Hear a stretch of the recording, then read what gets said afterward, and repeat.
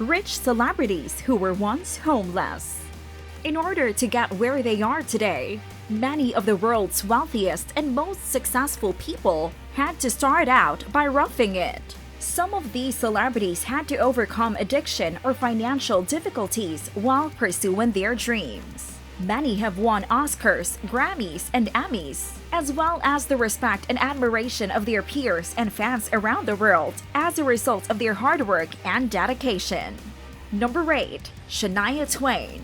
Shania Twain was homeless prior to winning 5 Grammy Awards. As a child, she and her mother and siblings lived in a Toronto homeless shelter, according to Time. From this moment on is a memoir by Twain in which she recounts this experience. In her 2011 book, she explains, "A few minutes later, Mom returned to the car with a piece of paper with the address of a homeless shelter written on it after she had left the vehicle to use a payphone.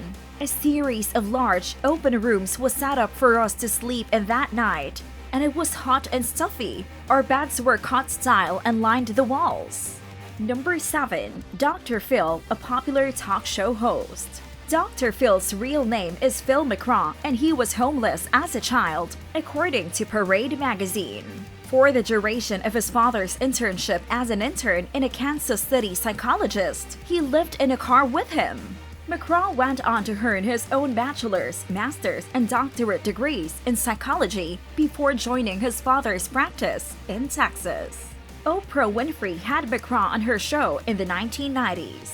Later, he became a regular guest on Oprah and launched his own advice show that was broadcast nationwide. Number 6. Suzanne Orman, a financial expert. When she first moved to Berkeley, California in the 1970s, the well-known Emmy-winning financial advisor and author of numerous New York Times bestsellers couldn't afford to leave her van.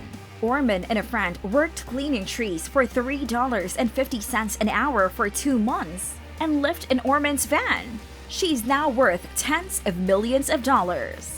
Number 5. Award winner Halle Berry. Berry ran out of money when she moved to New York to pursue a career as an actress at the age of 21, and her mother decided it was best not to send her any more cash, according to People.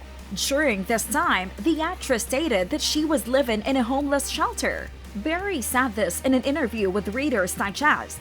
"It taught me how to take care of myself and that I could handle any situation, even if it meant temporarily residing in a shelter or making do with my meager resources. Since then, I've grown into someone who is confident in her ability to carve out a path for herself in life." Number 4. James Cameron. He had to barely make ends meet, even living in his car for a time, when he was writing The Terminator. However, money was not his most pressing concern at the time. It didn't matter to him that his directing skills were limited. He was determined to direct his own screenplay. Production companies liked the script for The Terminator, but didn't like the idea that he was in charge.